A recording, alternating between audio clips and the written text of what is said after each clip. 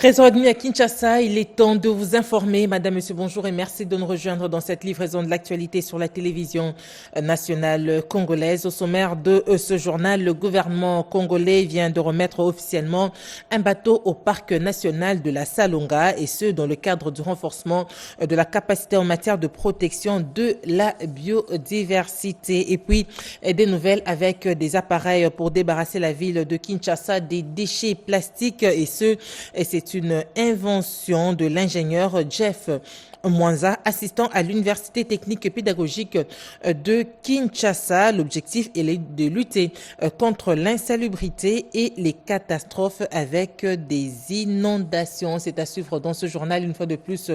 Bonjour et merci d'être avec nous dans cette livraison de l'actualité qui commence par les activités du président de la République, Félix-Antoine Tshisekedi Tshilombo, qui a reçu hier jeudi africain, le gouverneur du Sud Kivu, Jean-Jacques Pourouzi, a lancé un message d'espoir à la population de sa juridiction. C'est un reportage de Pierre Kibambe, Somoïsa, Fiston Matondo et Champion Dangui. Grâce à nos forces de défense et de sécurité et à la diplomatie agissante du président de la République, la guerre sera bientôt derrière nous. C'est en ces termes que s'est exprimé le gouverneur du Sud Kivu, Jean-Jacques Pourouzi, au sortir de l'entretien qu'il a eu ce jeudi 19 juin 2025 à la Cité de l'Union africaine avec le chef de l'État Félix-Antoine Tshisekedi Tshilombo. La situation sécuritaire, économique et politique était au cœur de cette entrevue. On a fait d'abord le point sur la situation sécuritaire, économique et politique de la province du Sud Kivu. Depuis que nous avons déplacé la capitale provisoirement de la province du Sud Kivu vers Uvira, lorsque l'ennemi, le M23 appuyé par le Rwanda, a occupé la ville de Bukavu. Donc on a fait le point. On a essayé de discuter sur l'évolution du front, de la ligne des fronts. On a, sur les conditions de vie et de travail de nos forces de défense et de sécurité, on a vu que les mesures que le président de la République a prises par rapport à la situation sécuritaire sont salutaires. Nos forces de défense et de sécurité se comportent très bien avec l'appui de nos jeunes patriotes, notamment les Ouazalènes, dont nous sommes très contents. Nous avons fait le point par rapport à ça. C'est un message de réconfort. Tout d'abord, nos sincères condoléances aux jeunes frères et sœurs qui sont tombés sur les lignes des fronts, aux victimes des violations massives des droits de l'homme. Comme vous le savez, on est en train d'enterrer vivants, de tuer, de violer des femmes et des enfants. Nous venons d'avoir encore une fois l'incident qui s'est passé dans la commune de Kadutu, plus précisément dans le quartier de Founou. Il y a quelques jours, lorsque le M23 a tiré à bout portant sur des civils qui n'étaient pas du tout violents. Donc c'est un message de condoléances au nom du président de la République. Aussi sa détermination à stopper cette souffrance, la spirale de la violence qui continue de la part du M23. Nous lui avons rapporté que nous avons dénoncé ces violations des droits de l'homme auprès de la Cour pénale internationale et des organisations comme Amnesty International qui viennent de publier un rapport pointu sur ça. Et nous avons préparé des dossiers pour que la CPI se saisisse du dossier du Nord et du Sud Kivu afin que ces coupables, donc ceux qui violent les droits de l'homme, le M23, appuyés par le Rwanda et leurs complices congolais, soient traduits devant les juridictions nationales et internationales, notamment à la Cour pénale internationale. C'est aussi un message pour dire que la guerre est bientôt derrière nous. Le président de la République déploie une diplomatie offensive, nous le voyons tous, et que bientôt il y aura la signature de l'accord de paix entre le Rwanda et la République démocratique du Congo. Et nous tenions vraiment à soulager. Donc il n'y a aucune souffrance qui n'a pas de fin. Même le déluge a eu la fin. Et aujourd'hui, la guerre mondiale a eu aussi la fin. Je tenais à dire au Sud Kivussien, au Nord Kivussien, que le président de la République, Félix-Antoine Tshisekedi Tshilombo, qui a amélioré les conditions de vie et de travail de nos forces de défense et de sécurité, a décidé que assez c'est assez. Et donc, grâce à la diplomatie offensive, grâce à l'amélioration des conditions de vie et de travail de nos éléments armés, de nos forces, eh bien, la guerre est derrière nous. Le gouverneur Pourouzi a appelé la population du Sud Kivu à poursuivre la résistance passive et active. Nous allons récupérer nos frontières, nos territoires et l'intégrité territoriale, a rassuré le chef de l'exécutif provincial du Sud Kivu. En nouvelle, la première ministre Judith Suminwa Tuluka participe en ce jour au sommet Plan Mattei et Global Gateway à Rome en Italie. Des travaux qui poursuivent comme objectif le renforcement du partenariat avec l'Afrique, notamment autour du projet stratégique du corridor de Lobito, une ligne ferroviaire reliant la République démocratique du Congo, l'Angola et la Zambie. Une opportunité majeure pour l'intégration régionale et la valorisation des ressources congolaises. La chef du gouvernement profite également pour promouvoir d'autres secteurs clés comme l'agriculture et attirer les investisseurs vers une économie en pleine diversification. C'est à suivre avec plus de détails dans nos prochaines éditions. Après la formation sur techniques d'identification, les acteurs économiques informels, notamment coiffeurs et techniciens des restaurants communément appelés Maléwa, agents enquêteurs du ministère de l'économie sont sur le terrain pour l'opération d'identification dans quelques communes pilotes. On en parle avec Rodé Panda dans ce reportage.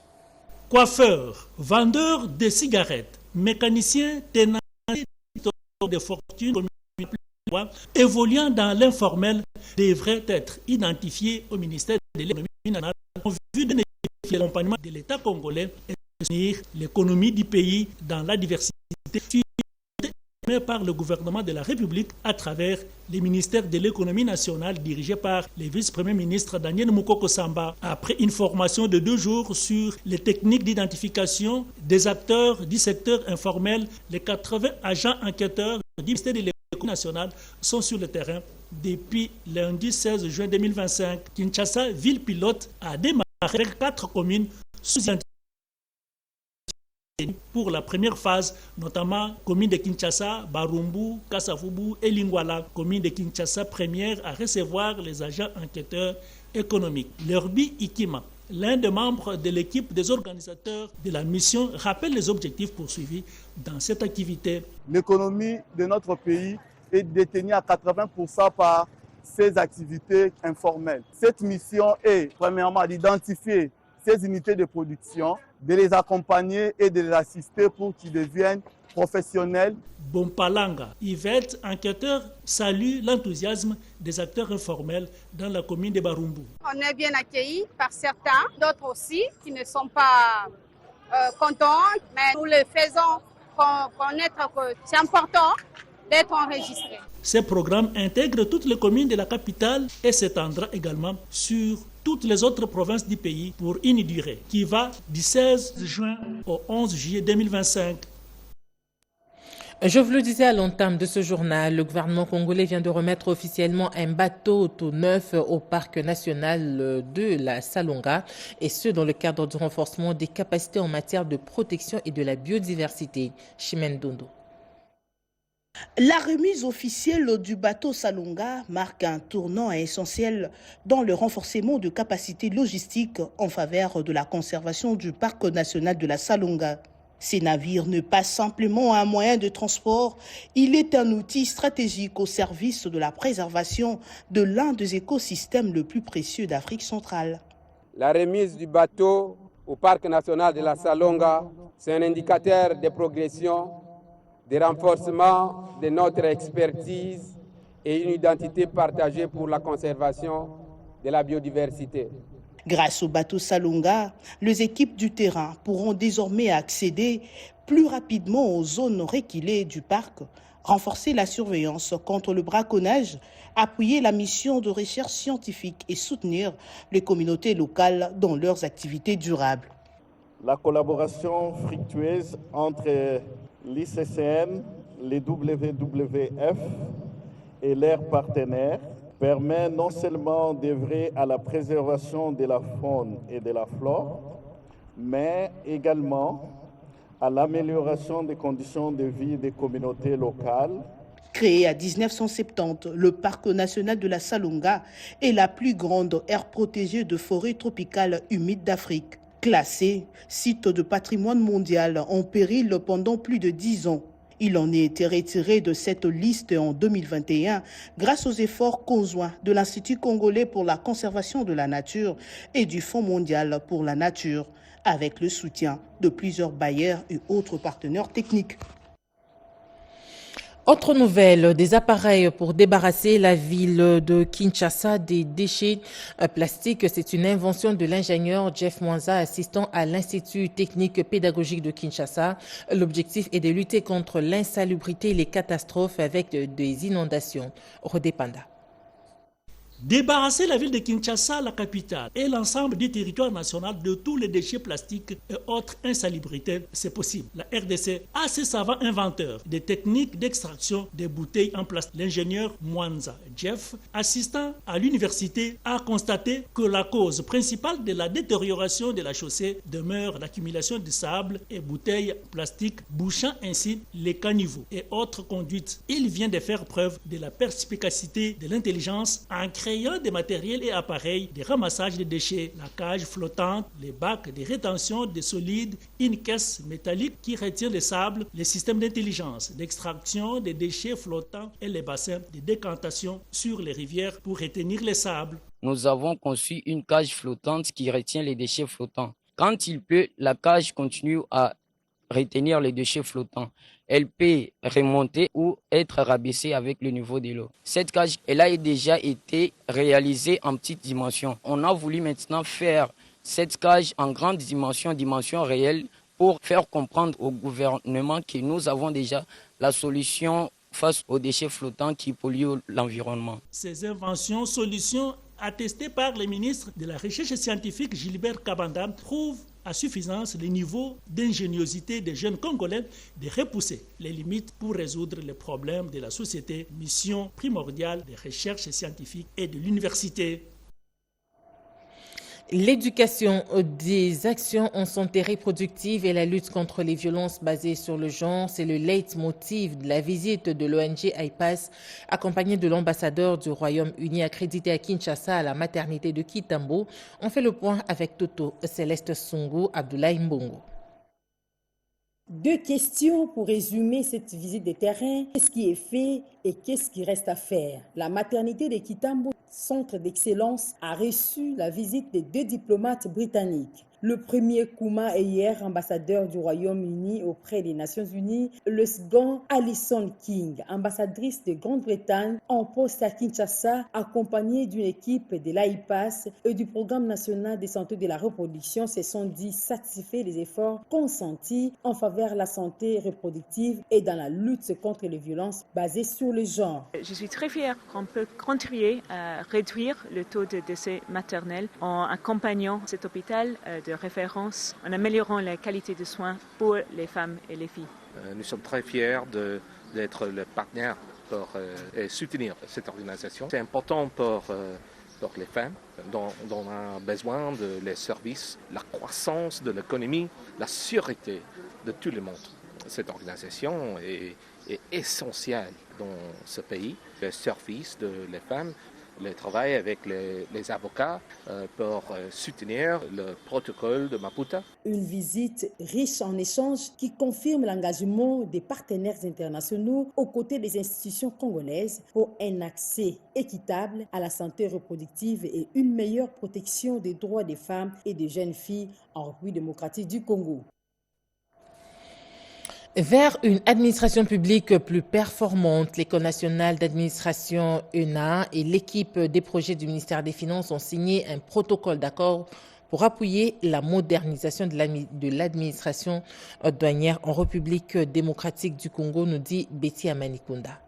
Désormais, un partenariat est scellé entre l'École nationale d'administration et l'équipe de projet au sein du ministère des Finances chargée de la gestion et de la prise en charge des obligations contractuelles résiduelles liées à un contrat pour la modernisation de la douane et le renforcement de la sécurité aux frontières. Ce protocole d'accord signé entre le directeur général de l'INA-RDC, Tombola Mouké, et les coordonnateurs de cette équipe projet, Paul Moukoko Akabouele, était axé sur le renforcement des capacités du personnel de cette équipe et l'assistance technique. Le directeur général de l'INA est revenu sur l'importance et l'essentiel de ce protocole d'accord. Et à côté de l'axe renforcement de capacité, à l'axe sous la forme d'accompagnement institutionnel en vue de permettre l'amélioration de la qualité des services offerts par l'équipe projet, évidemment par nous aussi. C'est un partenariat que nous voulons gagner dans les domaines qui ont été ciblés dans le cadre de l'axe formation, notamment la gestion de projet, les marchés publics, les tickets de la déontologie, mais aussi tout ce qui est lié au management et à la gouvernance publique. Pour sa part, les coordonnateurs de l'équipe projet du ministère des Finances a justifié le choix porté sur l'ENA. Et nous avons pensé que pour une formation de qualité, pour avoir un personnel à même de réaliser efficacement les tâches, donc on devrait conclure ce partenariat. Notre structure se charge de l'appui à la modernisation de la douane. L'ambition aussi, c'est une douane moderne mieux équipée. À travers ce partenariat, les deux s'engagent à travailler dans un... Le manager du cabinet d'études du marché Target Sarl, il s'agit de Serge Moubou. Il a présenté les résultats du nouveau rapport sur l'audience des médias en République démocratique du Congo en 2025. Il s'avère que l'Internet occupe la première place avec 48% d'audience et la presse écrite la dernière place avec 1%. D'autres détails de cette enquête avec Erika Bamba. L'Internet vient de nouveau confirmer son succès d'audience en 2025.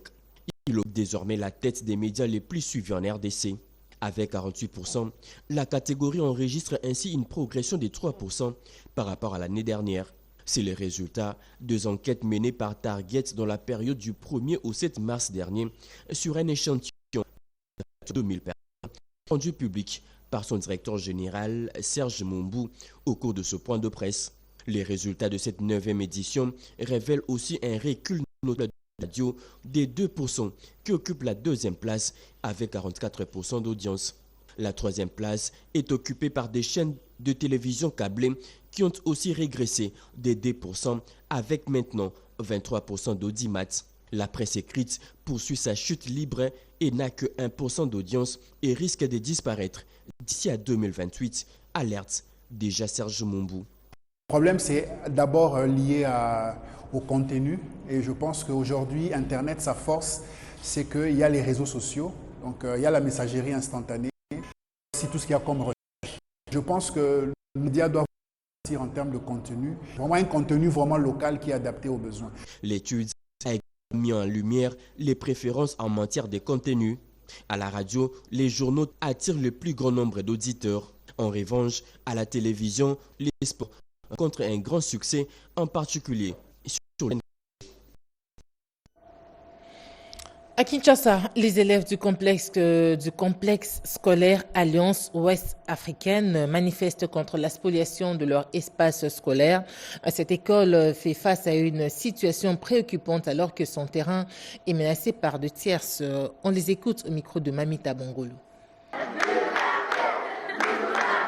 L'ambiance était inhabituelle dans la cour du complexe scolaire Alliance Ouest-Africaine dans la commune de Kinshasa. Les élèves sont sortis de leur silence pour dénoncer ce qu'ils qualifient de tentatives de spoliation de leur espace de formation intellectuelle. C'est notre école. Nous avons les droits, nous réclamons. Nous demandons au gouverneur de la ville de nous aider à dégager le marchand qui sont dehors près de notre école. Du côté du corps enseignant, l'inquiétude est palpable. Le préfet de l'établissement affirme que des démarches sont en cours pour mettre fin à cette forfaiture. Nous sommes en 2014 qu'on est venu installer les marchands là qui sont juste en face de l'école et tout dernièrement ici le vendredi passé, on est venu placer maintenant ceux qui sont au mur de la clôture de l'école sur l'avenue Mbomu.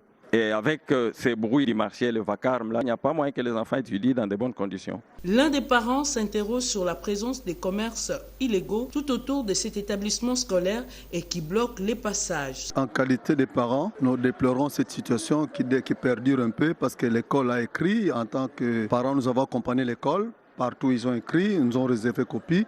Mais jusque-là, c'est sans succès. D'ailleurs, quand il y a la pluie, les enfants ne savent même pas marcher, les enfants ne savent même pas entrer à l'école. Et pour sortir, de l'autre côté, c'est tout un problème. Face à cette situation, les élèves du complexe scolaire Alliance Ouest appellent les autorités compétentes à intervenir en toute urgence pour sauvegarder leur cadre d'apprentissage. L'avenir de ces jeunes en dépend car une école sans espace propre est une école sans avenir. La cérémonie rituelle de réconciliation devant sceller la cohésion sociale entre les communautés Mbolé et Longolia se tiendra demain samedi 21 juin. Cette cérémonie s'annonce historique et aura lieu à Ossio, à 17 km de la rive gauche du fleuve Congo, plus précisément au sud-ouest de Kisangani, en présence du vice-premier ministre, ministre de l'Intérieur et Sécurité, nous dit Fifi Mukundi. Kisangani, sur la rive gauche du fleuve Congo, précisément dans la commune de Lubunga, s'apprête à accueillir une cérémonie coutumière historique, la réconciliation entre les communautés Mbolé et Lengola. Le lieu de l'événement en cours d'aménagement est situé dans le quartier Lokwa Ossio, précisément sur les terrains situés à proximité de la célèbre prison d'Ossio. Le choix de ce site est justifié. C'est ici où le désaccord a commencé. Les conflits fonciers est le nœud du problème. Une équipe du cabinet du vice-premier ministre, ministre de l'Intérieur, de la Sécurité, de la décentralisation et des affaires coutumières, Chabani Louko Jacquemin, a effectué une visite d'inspection sur le site. Après des années de tensions intercommunautaires ayant profondément secoué la province de la Chopo, les Mbolé et les Lengola s'apprêtent à tourner une page douloureuse de leur histoire commune. À l'initiative du gouvernement, nous avons accepté de nous réconcilier. Les couples intercommunautaires Mbolé-Lengola avaient été contraints à la séparation. Lors de cette cérémonie, ils regagneront leur foyer. Nous sommes réjouis d'avoir la présence des VPM chez nous à Lubunga. Pour l'actuel, nous les remercions d'avance parce qu'ils représentent les garants de la nation qui a un bon diplomatie.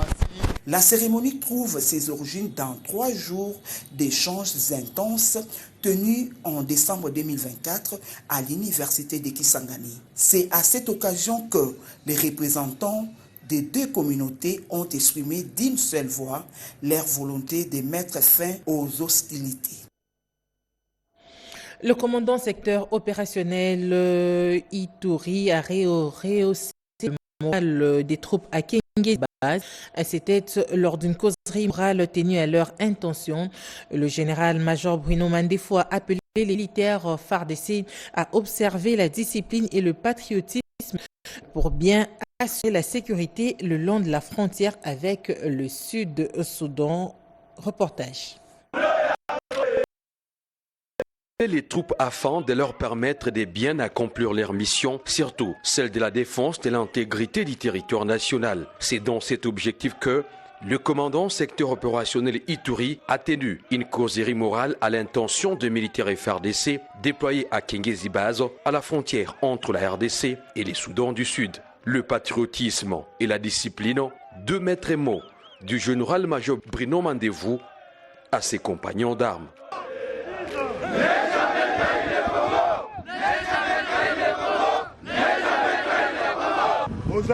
C'est pour la défense et Mboka na biso.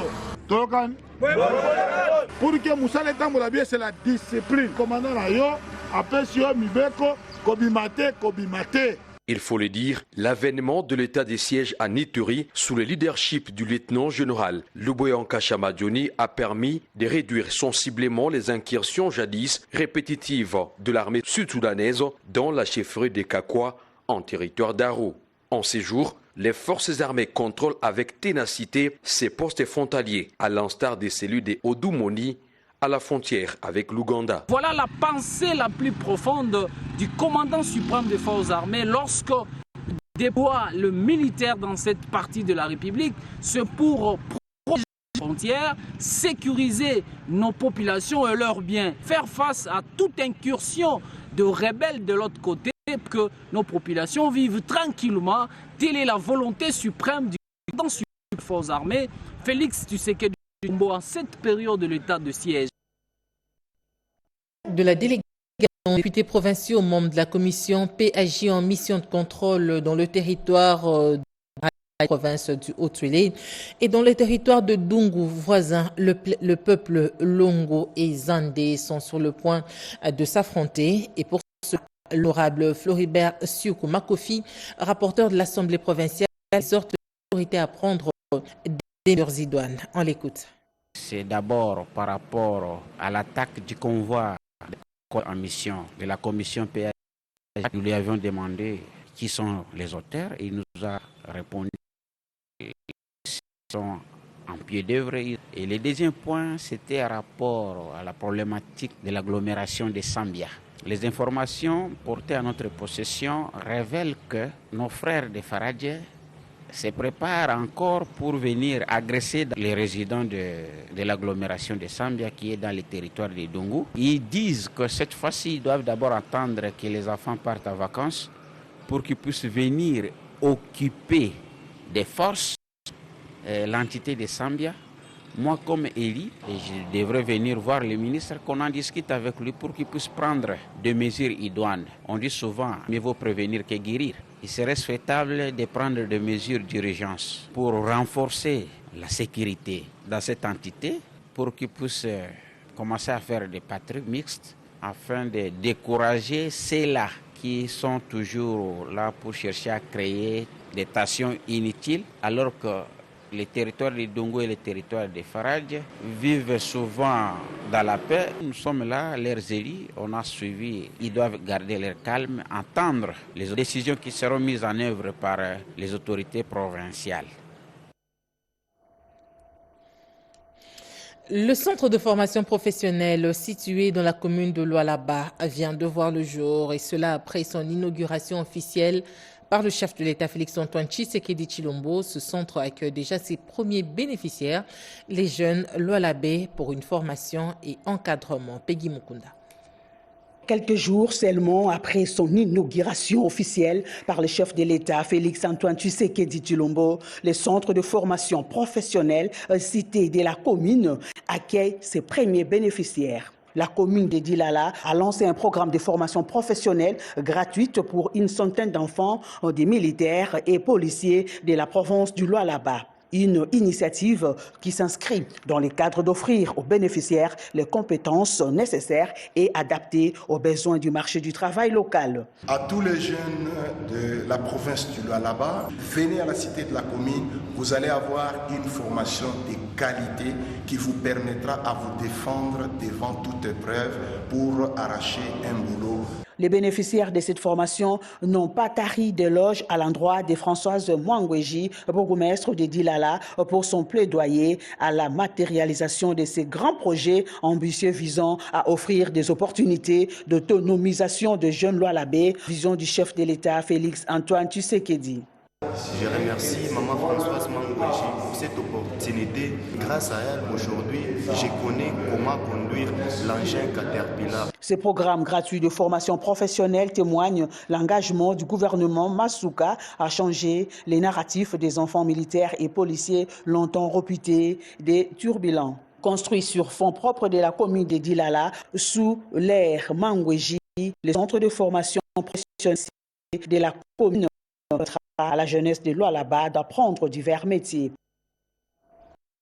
Avant de nous séparer, nous allons nous rendre dans la province du Kwilu. Le procureur général a procédé au renforcement de l'appareil judiciaire, marquant aussi une étape importante dans la lutte contre l'impunité et l'amélioration à l'accès à la justice. Jean-Pierre Ndolo Demazou. Renforcer l'appareil judiciaire, améliorer son fonctionnement et assurer une meilleure application du descente du procureur général près de la Cour de cassation, Maître Vondé Mambou-Firmin, à la tête d'une délégation composée de hauts magistrats à Bandundu dans la province du Kwilu. Au cours de la journée porte ouverte organisée à cet effet en la grande salle du gouvernorat après une séance de travail avec Maître David Okonji, président de la Cour d'appel du Kwilu et ses collaborateurs, les différentes couches de la société, entre autres les hommes en toge et certaines autorités politico-administratives de la place, sans oublier la population, ont échangé avec ces hauts magistrats de la République. Introduit par le vice-gouverneur de province, le professeur Espoir Massamaki, Maître Vondé articule l'essentiel de sa présence au Kwilu.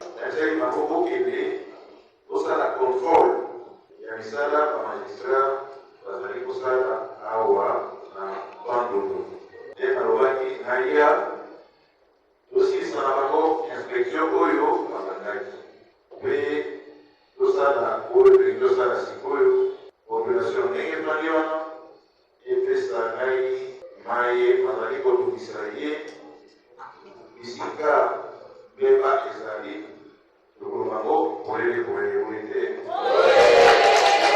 Face à l'assistance, le procureur général de la République a orienté les débats, récolté les doléances, répondu aux préoccupations de manière pédagogique et a appelé tous à faire confiance à la justice et à rassurer du grand travail qu'abale l'appareil judiciaire de la République démocratique du Congo. Il a fondé des numéros de contact à la population pour des besoins éventuels. Ainsi s'achève cette livraison de l'actualité. Avant de nous séparer, le rappel de principaux titres. Le gouvernement congolais vient de remettre officiellement un bateau au parc national de la Salonga, et ce dans le cadre du renforcement des capacités en matière de la protection de la biodiversité. Et puis des nouvelles avec l'appareil devant débarrasser la ville de Kinshasa des déchets plastiques. C'est une invention de l'ingénieur Jeff Mwanza, assistant à l'Institut technique pédagogique de Kinshasa. Ce journal coordonné par Angèle Mabiala Landou, la partie technique assurée par Monique Mavungu, André Njeka, un journal qui a connu le concours rédactionnel de Gauthier Kiassi, Toto Céleste Sungu et Renette Koulonga est complètement terminé. L'information continue sur nos antennes en français et dans les 4 langues nationales. Excellente suite de programme. Au revoir.